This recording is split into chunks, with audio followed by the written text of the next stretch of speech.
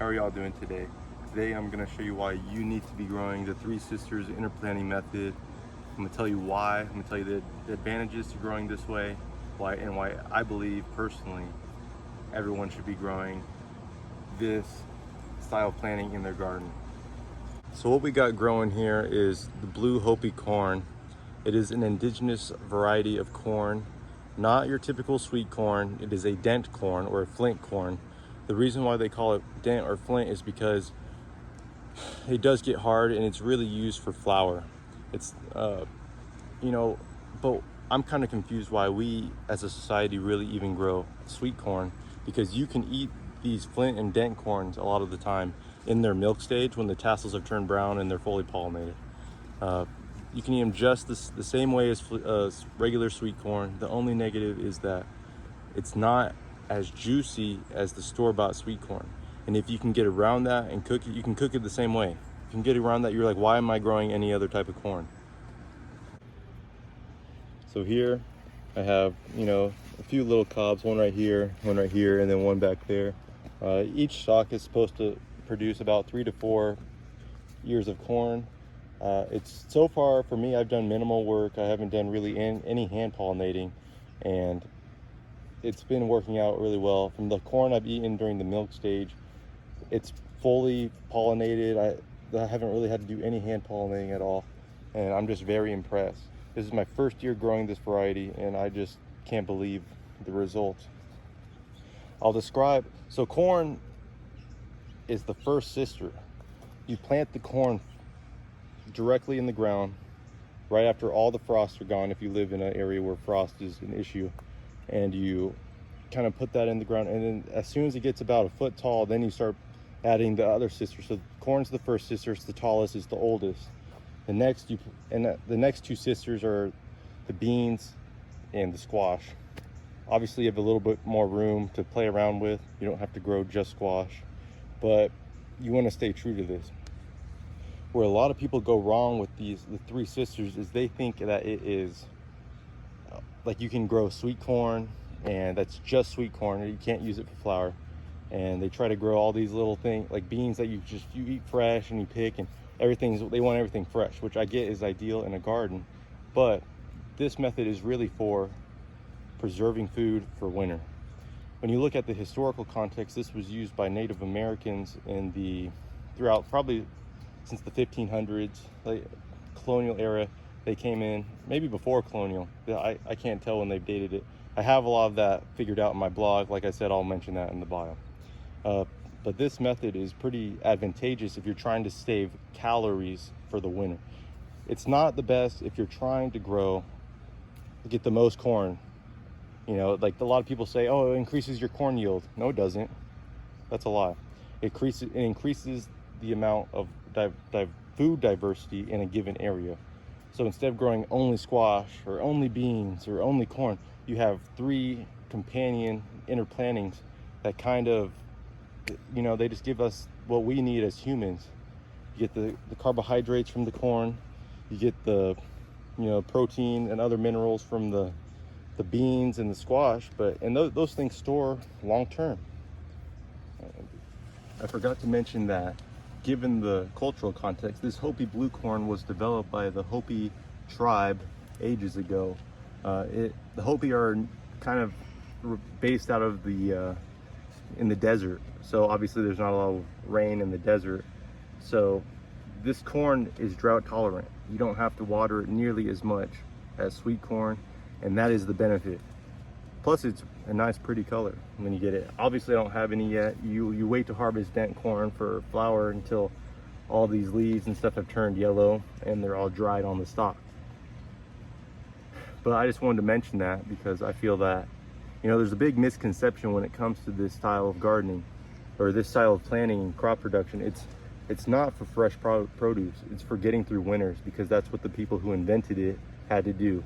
They didn't have a grocery store, they didn't have a Walmart that was 10 minutes away. This was their time to get secure for the winter so they didn't starve. And I forgot to mention the beans I'm growing. I'm growing a blue Kentucky pole bean, or it's Blue Lake Kentucky pole. It's some weird hybrid or mix between the two. And I was just trying it out. I really was torn between that variety and the red scarlet beans.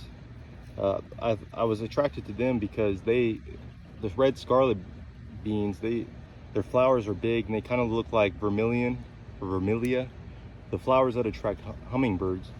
And it was known that they do attract hummingbirds as well. So I was kind of interested in doing that. And they're also a drought tolerant type of bean. So I was like, oh, that'd be perfect. The reason why I hesitated was because I didn't do enough research and I didn't know if that type of bean would overrun these plants.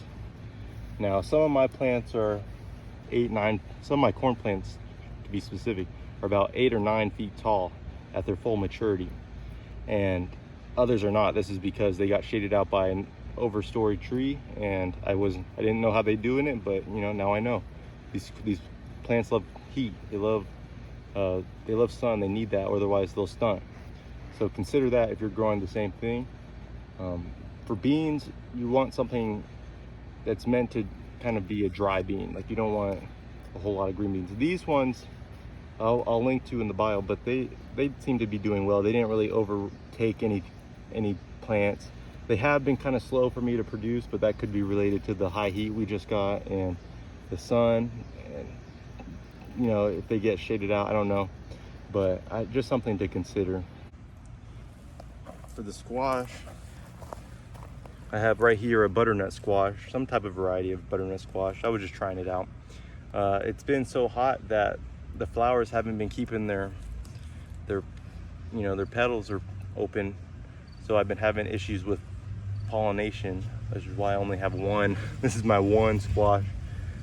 But with the method of 3 sisters, the squash is, you know, it's the king. That's what everyone looks for because you can store them so long. But besides squash, I'm growing bottle gourds just as an experiment. I wanted to do some art with them. And then I'm also growing some sugar pie pumpkins, all of which are doing good.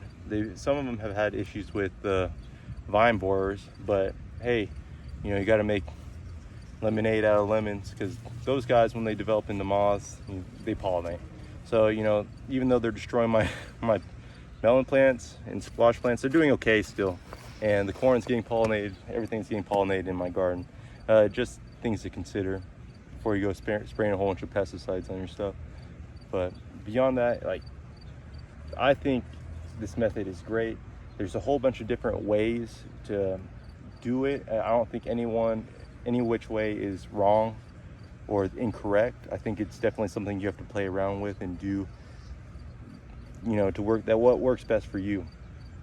What I did was I created these mounds that are about 1 to 2 feet in width, and then you kind of make a little indention, so when it rains it would fill that little indention.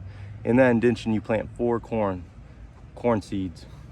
Like I said, when they get up to about a foot tall, you plant right behind the corn the beans that are going to climb up your corn, and then after that you have sorry about that. And then anyways, you plant the squash after that, and the squash is intended to act like a ground cover and protect, you know, your main crops from the high heat and getting the water sucked from them. You know, everything is intended to work, you know, collectively. They all benefit each other in some way. What I notice is that sometimes the beans can, you know, pull down on corn that isn't mature yet, and then, you know, sometimes the vines of these squash plants and pumpkin plants, and they'll pull down, just try to grow up the corn stalks. So sometimes you got to kind of guide them, but ideally you don't want to be walking around the plot. You kind of just want to let them do what they need to do. A little plot like the one I got, you can suspect to put a decent amount of meal, but it's nothing like what they really needed to survive. It is said that a single woman would use about an acre or two, and she would use that in the mound method to grow enough food for her, you know, family of 4 or 5 or 6. You never know based on how many kids they had. So consider that. But with modern days of food preservation, such as canning, freezing, dehydrating, I think that this is an essential part. It should be an essential part of your garden for, you know, just in case stuff hits the fan and, you know, food's not there. As we can tell, if we look at the COVID-19 pandemic, I recall people buying out canned goods left and right, buying out meat that they didn't even have the means to really be preserving. They didn't have the freezer. You know, people were just wasting food out of panic. They were panic buying. And this is your little hedge or buffer against things like that. You can only put away so much food, and the abundance we have in the summer is all kind of an illusion. Sure, you can get 4 melons per plant. Sure, you can get all this zucchini. Sure, you can get all these tomatoes and all this squash and whatever. But how much of that are you really putting into the, you know, your pantry or your dry storage or, you know, freezing? Relatively, the average person's putting relatively none, little to none. And if you have a family of greater than 2 or 3, you have to really factor in how much calories each person would need in a situation where, you know, we can't get food or food supplies are out for longer than a few weeks. I argue that most Americans don't even have enough food that would last. They don't have enough food in their pantry or kitchen to last more than a week, if that. So really consider, you know, looking into this method of growing and kind of embrace the wildness, learn the culture, respect the culture, learn where, you know, where these cultures are today, because they need some help too. Not a handout, but they need acknowledgement. They need their rights back. So just remember, you know, they give us this education. We got to kind of help them out and ensure their culture can live on. Now that was my kind of intro to the Three Sisters method. It's relatively easy. There's a whole bunch of different ways, you know, like I mentioned the mound method, but there's other types where you use more of a field or modern agricultural type of perspective, and I would deeply consider that if you have limited space or if you want to grow a lot of one thing in one area just for ease.